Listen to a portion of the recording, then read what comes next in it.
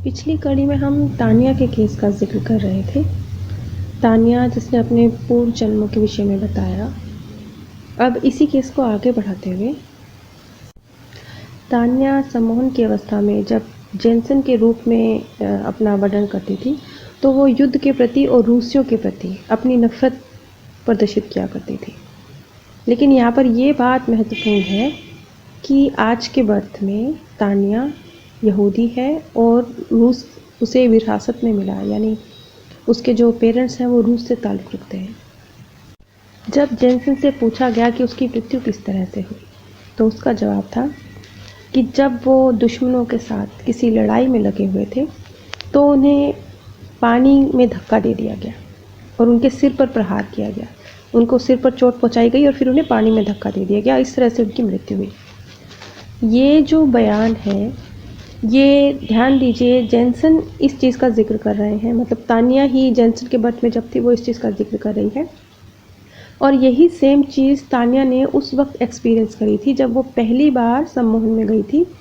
उस वक्त भी उसको सिर में दर्द हुआ था। उसने यही कहा था कि ऐसे लग रहा है जैसे पीछे से कोई धक्का दे रहा है और उसको सिर में चोट पहुंचाई गई है। बस वो एक्सपीरियंस यहीं तक था, इससे ज़्यादा कुछ भी नहीं था। यानी वो जेनसन के बारे में भी नहीं बता रही थी। लेकिन देखिए, जेनसन एक व्यक्ति है था जो जीवन तानिया ने जिया था। लेकिन महत्वपूर्ण क्या था? महत्वपूर्ण था जेनसन का एक्सपीरियंस, जो अंतिम एक्सपीरियंस था मरते वक्त का, सिर पे चोट लगना और पानी में डूबकर मृत्यु होना और किसी के द्वारा धक्का दिया जाना, ये महत्वपूर्ण घटना है। तो तानिया ने जब जेनसन के रूप में एक एक्सपीरियंस नहीं भी किया, तब भी उनको ये एक्सपीरियंस हुआ कि कोई उनको सिर पे चोट पहुंचा रहा है, धक्का दे रहा है। कुछ लोग हैं जो मिलकर उन्हें पानी में धक्का दे रहे हैं। यानी घटना महत्वपूर्ण है, व्यक्तित्व अपने आप में महत्वपूर्ण नहीं है। महत्वपूर्ण है घटना। इफेक्ट क्या डाल रही है? घटना। साथ में क्या आया है? घटना। घटना महत्वपूर्ण है क्योंकि उसके साथ फीलिंग्स कनेक्टेड है, बहुत स्ट्रॉन्ग फीलिंग्स कनेक्टेड होंगी। इस बात में भी थोड़ा गौर कीजिए, आपको कौन सी घटनाएं याद रहती हैं। बचपन से याद करना शुरू कीजिए, आपको वो घटनाएं याद रहेंगी जिनके साथ आपकी फीलिंग्स अटैच है। चाहे वो सिर्फ आप ही को याद हो, किसी और को वो भूल भी गई हो। मान लीजिए आपका कभी कोई अपमान हुआ है, कभी किसी ने आपको चीट किया है, कुछ भी हुआ है लाइफ में, या किसी ने आपसे झूठ बोला, या जैसे माँ बाप बच्चों का कंपैरिजन कर देते हैं, ऐसा कुछ हुआ, आपको दर्द हुआ, तो सब भूल गए। सब भूल गए मीन्स आपके माता पिता ने भी कभी आपके साथ ऐसा किया, वो भूल गए होंगे, या आपके मित्र ने कभी आपको कुछ अपमान करने वाले शब्द कहे हैं, ऐसा वो भूल गए होंगे। लेकिन आपकी फीलिंग्स उसके साथ अटैच है, तो आपको वो चीज़ याद है। इस बात में भी ऐसे ही होता है ना, गौर करेंगे आप अपने बचपन से तो आपको नज़र आ जाएगा। ठीक इसी तरह से जिस घटना के साथ आपकी फीलिंग्स अटैच होती हैं, पूर्व जन्म की जिस घटना के साथ फीलिंग्स अटैच होती हैं, वो फीलिंग्स के रूप में वो चीज़ बड़ी स्पष्ट महसूस हो रही है और पता भी नहीं है कि क्यों महसूस हो रही है। जैसे तानिया ने सिर दर्द महसूस किया, पानी में धक्का दे जाने का डर महसूस किया। अब उस टाइम तो उसको जेनसन के व्यक्तित्व के बारे में कुछ पता भी नहीं था, लेकिन फीलिंग्स बड़ी स्ट्रॉन्ग थी ना, उस वक्त फीलिंग्स बड़ी स्ट्रॉन्ग रही होंगी तानिया की जेनसन के रूप में, तो उसे वो सब याद आया। तो जो चीज़ आपकी गहरी गहरी फीलिंग्स से जुड़ी हुई होती है पास्ट बर्थ की, वो याद रह जाती है। हर घटना, हर चीज़ याद नहीं रहती। ऐसे ही जैसे आपको इस जीवन की भी हर घटना थोड़े याद है, सिर्फ वही याद होंगी जिनके साथ आपकी फीलिंग्स कनेक्टेड है। अब जैसे कि इस तरह के केस को बहुत सारे लोग कहते हैं कि देह में किसी अन्य आत्मा का प्रवेश, ऐसा केस मान लेते हैं। पर कुछ एक बातें होती हैं जिन्हें डीप तरीके से समझने की ज़रूरत होती है। अब पहले बात तो ये समझनी हमें होगी कि तानिया या मिस्टर केन, ये दोनों ही किसी पब्लिसिटी के लिए ये काम नहीं कर रहे थे। यहाँ तक कि तानिया और केन, ये तो असली नाम तक नहीं है, उन्होंने अपने असली नाम तक उजागर नहीं किए। वो बिल्कुल किसी प्रसिद्धि के लिए तो ये कार्य कर नहीं रहे थे, क्योंकि आप ये भी तो कह सकते हैं ना कि अपने आप को फेमस करने के लिए या एक झूठी कहानी गढ़ी गई हो, लेकिन ऐसा नहीं है। अगर ऐसा होता तो इस चीज़ का मुनाफा हासिल करने की कोशिश करते केन और तानिया, ऐसा कुछ नहीं हुआ। अब जो लोग इसे कहते हैं कि कोई और आत्मा प्रवेश करती है और बोलती है, तो यहाँ पे एक सवाल और भी तो खड़ा होता है ना कि मान लीजिए जेनसन अगर कोई आत्मा थी जो तानिया के थ्रू बोल रही थी, क्योंकि ऐसा होता है जो भी केस्नोग्लासी के केस होते हैं जिसमें अचानक व्यक्ति कोई और भाषा बोलने लगता है, उसमें ये सवाल खड़ा होता है। बहुत सारे लोग ये कहते हैं नहीं, ये पुनर्जन्म का केस नहीं है, ये तो किसी आत्मा के प्रवेश का केस है। वो ये भूल जाते हैं कि एक व्यक्तित्व बहुत गहराई से आपके, क्योंकि आप मृत्यु के बाद मरते नहीं हैं, कुछ फीलिंग्स जो बहुत स्ट्रॉन्ग है आपके साथ रहती हैं, उससे जुड़ी यादें आपके साथ रहती हैं। तो अब जैसे कि अगर जेनसन को मान लिया जाए कि वो आत्मा है और तान्या के शरीर में आके बोल रही है, तो कुछ एक सवाल खड़े होते हैं ना कि एक 17वीं शताब्दी की ईसाई स्वीडिश मूल की आत्मा जेनसन जगोबी, उसे क्या ज़रूरत थी कि वो फिलडेल्फिया में एक रूसी मूल की यहूदी महिला के मुंह से बोलेगी? वो इतनी लंबी दूरी क्यों तय करेगी? और ये सारे केस जब मैं आप लोगों के साथ डिस्कस करती हूँ, तब एक चीज़ और है जो मुझे महसूस होती है, जैसे कि अनेक हमारे जो स्पिरिचुअल गाइड हैं, उनके थ्रू हमें मैसेज मिलता है प्रेम का, कि प्रेम अपने से भी और सभी से प्रेम।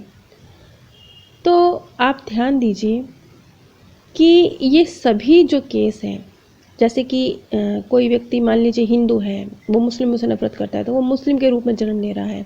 अब जैसे इसी केस में देखिए तान्या है, तान्या जब जेनसन के रूप में थी तो वो रूस से और यहूदियों से नफरत करती थी, तो आज के बर्थ में वो खुद रूसी विरासत से है और यहूदी है।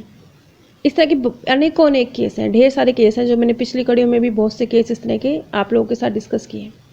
और कई जगहों पर ये डॉक्टर ब्रायन विज का भी कहना है, डॉक्टर न्यूटन का भी कहना है, और मैंने भी बहुत सारे केस इस तरह के देखे हैं जिसमें ये बात स्पष्ट होती है कि जिस चीज़ से आप नफरत कर रहे हैं, किसी धर्म से, किसी जाति से, किसी विशेष शहर से, देश से, उसी में आप बर्थ लेते हैं। तो शायद ये भी एक तरीका है कुदरत का। अब कुदरत के बहुत सारे नियमों को हम बहुत गहराई से समझ नहीं पाते हैं, तो शायद ये भी एक तरीका है कुदरत का कि नहीं, आपको प्रेम करना तो सीखना है, सभी से प्रेम करना सीखना है। जहाँ से नफरत ज़्यादा है ना, वहाँ तो ज़्यादा प्रेम करना सीखना है। तो ये केस बहुत होते हैं जिसमें आप उसी जगह पे जन्म ले रहे हैं जिस जगह पर आप, जिस चीज़ से आप नफरत करते हैं। और डॉक्टर न्यूटन की स्पष्ट लाइन है, एग्जैक्टली मुझे याद है, उन्होंने ये कहा था कि किसी भी धर्म या समुदाय में जन्म लेने का सबसे आसान तरीका है आप उससे नफरत करनी शुरू कर दीजिए। अब जैसे एक ये तान्या का अकेले का मामला नहीं है, आज तक इतने सारे जो मामले हुए उनमें भी ध्यान दीजिए कि जेनसन तान्या के माध्यम से बोल रहे हैं, तो ऐसे लग रहा है जैसे कि वो समय में रुक गए हैं। जेनसन का व्यक्तित्व तो स्पष्ट हो रहा है, बिल्कुल तान्या का नहीं हो रहा। और जेनसन यानी तान्या के अंदर जो जेनसन है वो इस बात से अनजान है कि वो मर चुके हैं, और तान्या अलग है, जेनसन अलग है, जेनसन का अस्तित्व समाप्त हो चुका है। ये बात ऐसे है, ऐसे समझिए जैसे कि आप जब छोटे होते हैं, मान लीजिए कोई ऐसी घटना आपके जीवन में हो जाए, आज से 10 साल पहले भी हुई हो, मान लीजिए उसने आपको बहुत हर्ट किया हो, बहुत चोट पहुंचाई हो, तकलीफ दी हो। 10 साल 20 साल बाद भी जब आप उस घटना को याद करते हैं, खासतौर पर अगर आप उस घटना को बार बार मन में याद करते रहे हैं तो तब तो और भी ज़्यादा, तो आपको वो घटना कैसे दर्द देती है? ऐसे जैसे अभी अभी घटी हो, 20 साल पुरानी ना हो, अभी घटी हो, दर्द इतना ताज़ा होता है। और अगर कहीं आपने उस घटना को बार बार रिपीट किया है, अपने मन में सोचा है, विचारा है, फिर तो ये फीलिंग और भी ज़्यादा स्ट्रॉन्ग होती है। ये मैं आपको चेक करने के लिए कह रही हूँ, इसी बर्थ में चेक कर सकते हैं आप अपने ऊपर। इस चीज़ को ज़रा लागू करके देखिए कि पास्ट में कुछ ऐसा हुआ था जिसने आपका दिल दुखाया था, और आज जब आप उसे याद करते हैं तो क्या आपको वैसी ही फीलिंग होती है? होती होंगी। और अगर आपने बार बार याद किया है तो और भी स्ट्रॉन्ग होती होंगी। अब यहाँ पर भी ये चीज़ लागू हो रही है, यहाँ पे बात बड़े परिप्रेक्ष्य में हो रही है। हम जब इसी जीवन को याद करते हैं तो हम बातें कर रहे हैं छोटे परिप्रेक्ष्य की, लेकिन जब हम पूर्व जन्म की बात कर रहे हैं तो हम बात कर रहे हैं बड़े परिप्रेक्ष्य में। मान लीजिए अब एक शहर की नहीं, अब एक देश की बात हो रही है। तो जैसा कि अब जेनसन का जो व्यक्तित्व है वो ऐसा लग रहा है जैसे तान्या की आत्मा के भीतर बरकरार है, ज्यों का त्यों बरकरार है। बरकरार है ना, तभी तो तान्या इस तरीके से रिएक्ट करती है, भाषा तक उसकी बदल जाती है। तो इसका मतलब जिन घटनाओं के साथ आप अपनी फीलिंग्स अटैच कर देते हैं बहुत गहराई से, वो आपके साथ जैसे इस जीवन में कंटिन्यू रहती हैं, वैसे ही आपके जो आपकी यादें, अगर कुछ बर्थ की यादें सता रही हैं, अब आपको पता भी नहीं होगा कि वो चीज़ मेरे को क्यों सता रही है, क्यों पिछले बर्थ की है ना, तो आपको सिर्फ फीलिंग आ रही होगी, घटना तो भूल चुकी होगी। मान लीजिए पिछले बर्थ में आपका कहीं पानी में गिर के कोई एक्सीडेंट हुआ है, तो वो घटना, वो व्यक्ति, वो सब आप भूल चुके, अपना बर्थ आप भूल चुके, लेकिन पानी का डर बरकरार है। क्यों बरकरार है? क्यों? क्योंकि उस पानी के साथ आपने अपनी फीलिंग को कनेक्ट करा है। ठीक इसी तरह से जैसे हमें समझाया जाता है ना कि मोह को ख़त्म कीजिए, वासना को ख़त्म कीजिए, तभी आप मोक्ष को प्राप्त करेंगे। तो बस इन केसों को थोड़ा इसी नज़र से देखिए। अटैचमेंट को ख़त्म करना कितना ज़रूरी है ना, किसी चीज़ के साथ ज़रूरत से ज़्यादा कनेक्ट हो जाना कितना गलत है ना। वो चाहे कुछ भी क्यों ना हो, चाहे इंसान हो, चाहे चीज़ हो, चाहे घटना हो, चाहे फीलिंग हो, लिमिटलेस तो हर चीज़ ख़राब हो जाती है। अब तान्या के केस में क्या हो रहा है? तान्या की फीलिंग्स इतनी गहराई से अटैच है जेनसन के साथ कि वो व्यक्तित्व उभर के आ रहा है तान्या के अंदर। अगर तान्या ने अपनी फीलिंग्स को डिस्कनेक्ट कर दिया होता जेनसन के साथ, तो आज के बर्थ में ऐसा नहीं होता। और ये चीज़ हमें करनी चाहिए। छोटे परिप्रेक्ष्य में अपने ही जीवन को चेक कर लीजिए। जिन चीज़ों के साथ फीलिंग अटैच कर लेंगे, पॉजिटिव करेंगे, तब तो ठीक है, तब तो आपको कोई तकलीफ ही नहीं है ना, तब तो आप हंसते मुस्कुराते उस घटना को याद करेंगे। लेकिन अगर आपने नेगेटिव फीलिंग अटैच कर लिया तो कितना दर्द क्रिएट होता है। तो इसी चीज़ को, ये सारे जो घटनाक्रम है, इससे कुछ एक शिक्षा लेने की भी ज़रूरत है कि डिटैच होकर चलना है अपनी फीलिंग्स को। पॉजिटिव है तो बहुत अच्छी बात है, चाहे अटैच कीजिए, लेकिन अगर नेगेटिव फीलिंग्स हैं तो जितना जल्दी उन फीलिंग्स को ख़त्म करने की कोशिश करते हैं, उन्हें बार बार अपने माइंड में रिवाइंड करने की कोशिश नहीं करते हैं, उतना ही हमारा कल्याण है, उतना ही हम आसानी से मृत्यु को भी प्राप्त हो पाएंगे। मृत्यु को प्राप्त हो पाएंगे ना, डिटैच हो पाएंगे इस जीवन से, और उतना ही हमें फिर नेक्स्ट बर्थ में अपना पूर्वजन्म याद नहीं रहेगा। और अच्छा है, नहीं याद रहना चाहिए, यह कोई बहुत अच्छी स्थिति नहीं होती। थोड़ा गौर कीजिए, सारे केसेस पे गौर कीजिए। कुछ बहुत पॉजिटिव तरीके से यादें नहीं आ रही हैं। किसी ने ये नहीं कहा कि हाँ, मैंने एक बहुत राजा महाराजा का बड़ा आनंदमयी एक जीवन जिया था, सब मुझसे प्रेम करते थे, मैं सबसे प्रेम करता था, जीवन बहुत खुशहाल था, जीवन में आनंद था, सुकून था, और फिर उसे अपना पूर्वजन्म याद आ रहा है। एक सिंगल केस आपको ऐसा नहीं मिलेगा, मिलता ही नहीं है। 99.99% केस कौन से मिलते हैं? जिसमें यादें दुखदाई होती हैं और वो कैरी फॉरवर्ड हो रही होती है इस बर्थ में। तो ये सारी चीज़ एक तरफ है, लेकिन हमारा इन सारे केस से निष्कर्ष क्या निकल के आ रहा है? वो ये निकल के आ रहा है कि फीलिंग्स को कम से कम अटैच करना है। अगर किसी नेगेटिव फीलिंग कोई अटैच हो भी जा रही है किसी चीज़ से, तो उसको अपने माइंड में कम से कम रिवाइंड करना है ताकि वो पक्की ना हो। अब बहुत सारे लोग हैं जो इस बात पे ही क्वेश्चन मार्क लगा रहे हैं कि ऐसा कुछ नहीं होता, मतलब सम्मोहन विद्या कुछ नहीं है, ऐसा कुछ नहीं है। मैं एक बात कहती हूँ कि चलिए इस चीज़ की हम डिस्कस नहीं करते हैं कि ये चीज़ सत्य है या असत्य है, क्योंकि बिल्कुल स्वाभाविक है ना। जिस चीज़ का आपको एक्सपीरियंस होगा, हम मनुष्य हैं, हम इस भौतिक जगत में हैं, हम तो सिर्फ एक्सपीरियंस के थ्रू ही बिलीव करेंगे ना। अब इतने डीप रिसर्च कौन करता है कि आप दूसरों के एक्सपीरियंस, ढेर सारे एक्सपीरियंस लें, उनका कंपैरिजन करें, उनका निचोड़ निकालें, फिर उनमें से कुछ सिमिलर पॉइंट ढूंढें, उनको अपनी लाइफ पे चेक करें, दूसरों की लाइफ पे चेक करें, फिर कोई नतीजा निकालें? नहीं करता, इतनी मेहनत कोई नहीं करता। लेकिन कुछ एक मेरे जैसे लोग हैं जो इतनी मेहनत करते हैं, चंद एक लोग हैं जो बहुत महान रिसर्चर हैं, हम उनके ऊपर भी भरोसा नहीं करते, हम उनकी रिसर्च को भी खारिज करते हैं। अगर हम किसी चीज़ में पारंगत नहीं हैं, तो कोई अन्य व्यक्ति जो उस चीज़ में पारंगत है उसकी सुन लेना बेहतर होता है ना। अगर सारे एक्सपीरियंस हम खुद पे करना चाहेंगे तो फिर ये उम्र कम पड़ेगी हमें ऐसे 50 जन्म लेने पड़ेंगे, तब जाके हम कुछ जान पाएंगे, अगर सब कुछ हमें अपने ही अनुभवों से सीखना है तो। और खुद के एक्सपीरियंस के लिए बहुत ज़्यादा ध्यान की, साधना की और ज्ञान की ज़रूरत पड़ती है, जिसके लिए हमारे पास समय नहीं होता, जिसके लिए हम इतनी ज़्यादा मेहनत नहीं करना चाहते।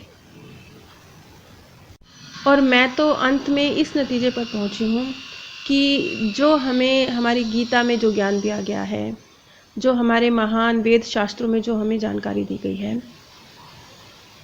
वो जो ज्ञान है, जो जीवन जीने का वे हमें सिखाया गया है, एट लास्ट अंत में ये जितने भी केस होते हैं, ये उसी चीज़ की सत्यता पर मोहर लगा रहे होते हैं।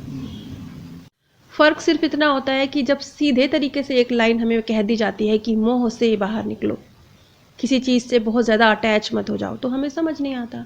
जब हम इस तरह के केस को बहुत डिटेल में जांचते हैं, खंगालते हैं, परखते हैं, इसके पीछे का निष्कर्ष क्या है निकालते हैं, समझते हैं कि ऐसा क्यों हुआ इस बंदे के साथ, तो हमें समझ में आता है कि मोह से मुक्त होना, चीज़ों से डिटैच होना, अपनी फीलिंग्स को अटैच ना करना, ये सब कितना ज़रूरी है, तब समझ में आता है। लेकिन सीधे तरीके से जब एक लाइन बोल दी जाती है तो हम समझ नहीं पाते। बस यही है, इसी वजह से इतनी लंबी लंबी रिसर्चों की ज़रूरत पड़ती है। अन्यथा लाइफ को इतनी उलझी हुई पहेली भी नहीं है। थोड़ा हम अपने धर्मशास्त्रों पर गौर करें ना तो वो पहेली सुलझ भी जाए। ये केस तो यहीं ख़त्म होता है, लेकिन आप सभी से मैं एक छोटी सी रिक्वेस्ट करना चाहूँगी कि जैसे हमें ये सिखाया जाता है कि हम दान पुण्य करें, हम शुभ कर्म करें, तो धन का दान है या किसी की सेवा करना है, ये तो हर व्यक्ति की अपनी अपनी कैपेसिटी है, वो कितना कर सकता है या नहीं कर सकता है। धन सबके पास नहीं होता दान करने के लिए। शारीरिक रूप से भी शायद आप इतने सक्षम ना हो कि ज़रूरतमंद की मदद कर सकें, लेकिन एक चीज़ है, वो है हमारा शरीर। और वो भी कब? तब जब ये यूज़लेस हो जाता है, जब इसमें से आत्मा बाहर चली जाती है, जब ये सिर्फ एक निष्क्रिय चीज़ बन के रह जाता है, जब इसका अंत सिर्फ या तो जला के या दफना के किया जाना होता है, इसे मिट्टी में ही मिलना होता है। ये एक चीज़ हम सबके पास है, धन हो ना हो, शारीरिक ताकत हो ना हो, वक्त हो ना हो, लेकिन ये एक चीज़ हम सबके पास है जो मृत्यु के बाद हमारे लिए तो यूज़लेस है, लेकिन कोई हैं जिनके लिए बहुत महत्वपूर्ण है। इसलिए अगर समय रहते इसी जीवन में आप अपने परिवारजनों को ये बात बताते हैं, उनको अपनी इच्छा बताते हैं कि आप चाहते हैं कि मृत्यु के बाद आपकी बॉडी को डोनेट किया जाए, तो आप बिना कुछ धन खर्चे, बिना किसी मेहनत के, बिना अपना वक्त खर्चे, आप कुछ भी नहीं खर्चते, लेकिन आप ढेर सारे पुण्य कर्म के भागी बन जाते हैं। तो ये कितनी एक आसान विधि है ढेर सारा पुण्य कर्म एक झटके में बटोर लेने की। तो मेरी आप सबसे रिक्वेस्ट है कि मन में एक शुभ भावना के साथ कि मेरा शरीर अन्य लोगों के काम आ सके, ये पुण्य कर्म आप उसी पल कर देंगे जिस पर आप ये डिसीजन लेते हैं सच्चे मन से और अपनी फैमिली को बताते हैं। आपकी मृत्यु के बाद के इंतज़ार की ज़रूरत नहीं। अगर आपका ये विचार सच्चा है और आपके परिवारजन आपकी मृत्यु के बाद आपकी इस अंतिम इच्छा को पूरा करते हैं, तो ये पुण्य कर्म आप ही के खाते में लिखा जाएगा। और ये उसी पल से लिख दिया गया जिस पल से आपने सच्चे मन से इस भाव को क्रिएट किया। इसलिए मेरी आप सबसे रिक्वेस्ट है कि आज ये एक शुभ फैसला ज़रूर लीजिए और अपने परिवारजनों को अपने इस फैसले से अवगत कराइए ताकि समय आने पर वो इस कार्य को अंजाम दे सकें और आप बेहिसाब पुण्य कर्म के सकारात्मक ऊर्जा के भागीदार बन सकें। आप सभी पर परमात्म सौंदर्य, प्रेम और आनंद सदैव बरसता रहे। आप सभी दिव्य परम धाम में